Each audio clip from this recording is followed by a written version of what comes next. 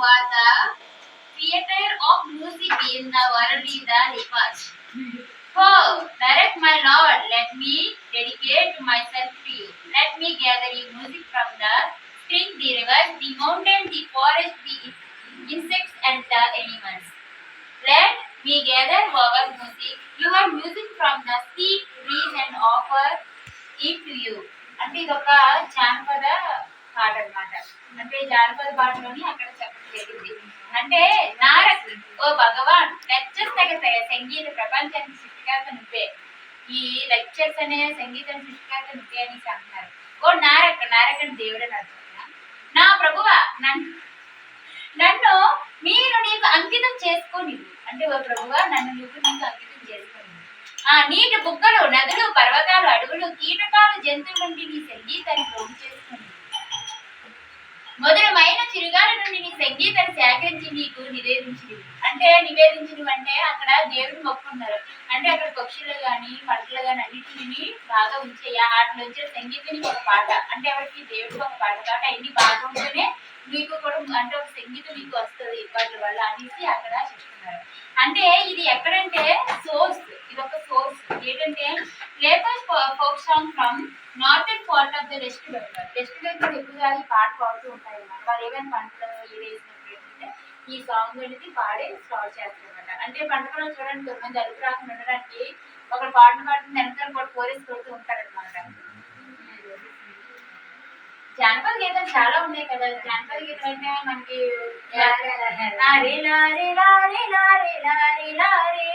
అని ఒక సాంగ్ ఉంటుంది.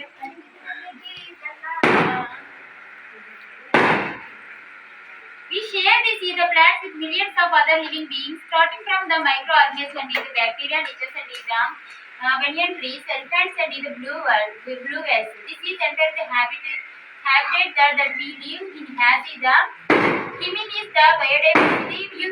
You human along with the all living organisms from the complex web is the ecological system in which we are the only a part and very the music and much depend on this the system for our own extents. For example, the plants, animals and microorganisms we create the quality of the air you the breathe. The water you drink and the soil that produce our food without which is cannot survive.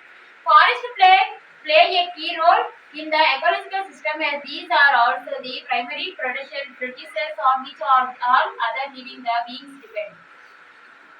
సూక్ష్మజీవులు bacteria లైకన్ నుండి మర్రి చెట్లు ఏనుగులు మరి నీటి తిమింగల వరకు లక్షల జీవులు మన ఈ గ్రహాన్ని పెంచుకుంటాం. గ్రహం అంటే ఈ భూమి మీద ఏంటంటాయి చిన్న క్రీచర్స్ అంటే ఏంటంటే మన కంటికి కనిపించే జీవుల నుంచి ఆఖరికి ఏనుగులు అంతే ఉంటాయి. తిమింగల ఎక్కడ వాటర్లో ఉంటాయి అవి ఇంచుమించి ఎంత దూరం ఉంటుందంటే 150,000 టన్స్ ఉంటాయి అన్నమాట.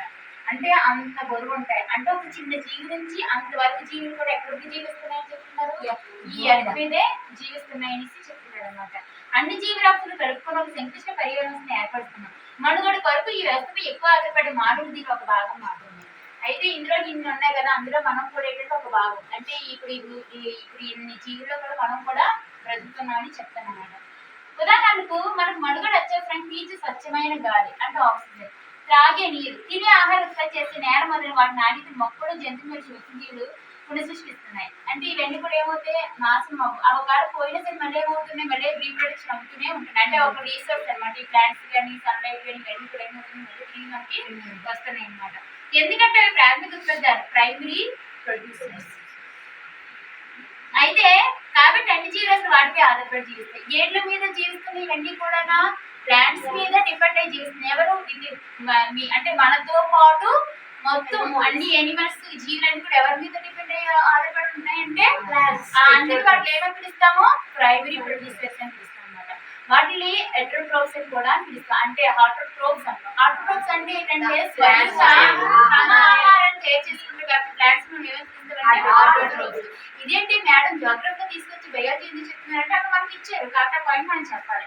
అంటే ప్లాంట్స్ మీద ఎవరు డిపెండ్ అవుతున్నా ఆల్మోస్ట్ అన్ని కూడా డిపెండ్ అవుతాయి కాబట్టి ప్లాంట్స్ అనేవి ఆటోట్రోప్స్. ఇది మనం ఆల్రెడీ ఫస్ట్ క్లాస్ లో నేర్చుకున్నాం. ఆటోట్రోప్స్ అంటే ఏంటి, హెటరోట్రోప్స్ అంటే ఏంటి నేర్చుకున్నాం. ఈ ఆటోట్రోప్స్ మీద అవుతాయి కాబట్టి అవి ఏంటంటే ప్రైమరీ ప్రొడ్యూసర్స్ అంటారు. ఈ ప్రైమరీ ప్రొడ్యూసర్ మీద ఇంకా సెకండ్ ప్రొడ్యూసర్స్ డిపెండ్ అవుతారు. ఇప్పుడు ఏమైనా ఈ గ్రాస్ కానీ తర్వాత ఏమైనా మొక్కల పైన అన్ని ఎవరి పెట్టడానికి గ్రాస్ హోపర్ అంటే తెలుసు కదా, చిన్న లైట్ లైట్ పెడతారు. ఆ గ్రాస్ హోపర్ మీద ఎవరు డిపెండ్ అయ్యి ఉంటారు? కప్పడు ఫ్రాగ్స్. ఈ ఫ్రాగ్స్ మీద ఎవరు డిపెండ్ అయ్యి ఉంటారు? స్నేక్స్ మీద ఎవరు డిపెండ్ అవుతున్నారు? ఎవరు? ఈగల్. ఈ ఈగల్ తోటి అవుతుంది. అంటే అదొక ఫుడ్ చైన్ అన్నమాట. నేను ఏం చెప్తున్నాను? ఫుడ్ చైన్ అంటే ఇది కూడా బయాలజీ టాపిక్, అంటే జాగ్రఫీ బయాలజీ టాపిక్. ఈ ఫుడ్ చైన్ ఎవరు కనుగొన్నారంటే చార్లెస్ హెల్టన్ కనుగొన్నారన్నమాట. అంటే చార్లెస్ హెల్టన్ ఏ దేశం సంబంధించిన వ్యక్తి అంటే బ్రిటిష్ శాస్త్రవేత్త. బ్రిటిష్ శాస్త్రవేత్త ఈ ఫుడ్ చైన్ ఎక్కడంటే మనకి ఆల్రెడీ ఎక్కడున్నాయి పిరమిడ్స్, ఎక్కడున్నాయి? చైనాలో ఎక్కడున్న పిరమిడ్స్, టిబెట్ లోని మనకి పిరమిడ్స్ ఉన్నాయని తెలుసు కదా. ఆ పిరమిడ్స్ అంటే ఫుడ్ చైన్ దాన్ని చూసి ఫుడ్ చైన్ ఎవరుకుంటుందని చాలా చదువుకుంది. ఎందుకంటే ఒక దాన్ని డిపెండ్ అయినది. ఇక్కడ కూడా ఇదేంటి అంటే పిరమిడ్ అనేది ఫస్ట్ నుంచి చివరికల్లా ఏమవుతుంది? తగ్గిపోతూ ఉంటుంది. అంటే 20 చివరికల్లా తగ్గిపోతుంది. అంటే గ్రాస్ నుంచి మనకి 100% ప్రోటీన్స్ వస్తున్నాయి. ఈ 100% ప్రోటీన్స్ మీద గ్రాస్ హోపర్ డిపెండ్ అయితే దానికి ఎంత వస్తుంది? 50% వస్తుంది. ఈ గ్రాస్ హోపర్ మీద ఫ్రాగ్స్ ఇవి కప్పలన్నీ కూడా డిపెండ్ అయి ఉన్నాయి కదా, వాటికి ఎంత వస్తాయంటే 25% వస్తుంది. ఈ 25% మీద ఎవరు? స్నేక్స్ డిపెండ్ అయితే వాడు 15% వస్తుంది. అది మీద ఎవరు డిపెండ్ అయి ఉన్నారు? ఈగల్. కాబట్టి దానికి ఎంత? 10%. అంటే ఏమవుతుంది? ఫుడ్ చైన్ నుంచి వచ్చిన ఈ ప్రోటీన్స్ ఇవన్నీ కూడా ఏమైపోతున్నాయి? అంటే ఫస్ట్ నుంచి తగ్గిపోతున్నాయి. అందుకే దానికి చాలా సెట్లు ఏం చేశారంటే ఆ ఫుడ్ చైన్ కి చిహ్నంగా తీసుకుంటారు.